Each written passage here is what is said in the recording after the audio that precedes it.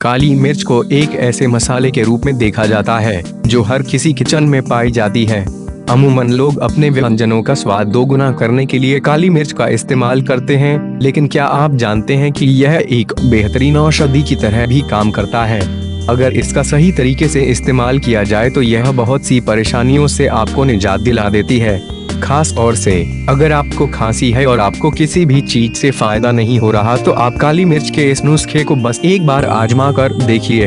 यकीन मानिए, आपकी खांसी छूमंतर हो जाएगी। सर्दी खांसी से राहत पाने के लिए सबसे पहले 2 कप पानी में 15 से 20 काली मिर्च डालकर तब तक उबालते रहे जब तक पानी आधा न रह जाए।